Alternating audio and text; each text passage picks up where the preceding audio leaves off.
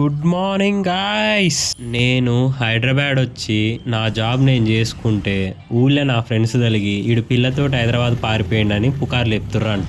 చెప్తే చెప్పిర్రా, కానీ ఇంతకు ఆ పిల్లవరో నాకు చెప్పండిరా. అసలే ఏ పిల్ల నా మొహాన్ని డేకట్లే. ఇది రియలైజేషన్.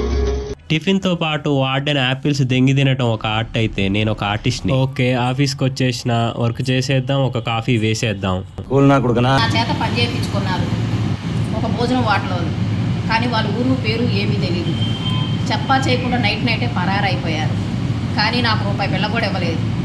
అన్నీ అబద్ధాలు ఆడారు. ఎక్కడికి వెళ్ళిపోయారో తెలియదు, ఆ పేరు తెలియదు. నన్ను కుదిరించినోడేమో వాడు ఫోన్ స్విచ్ ఆఫ్ చేసుకున్నాడు. నాకు 15,000 జీతం ఇవ్వాలి.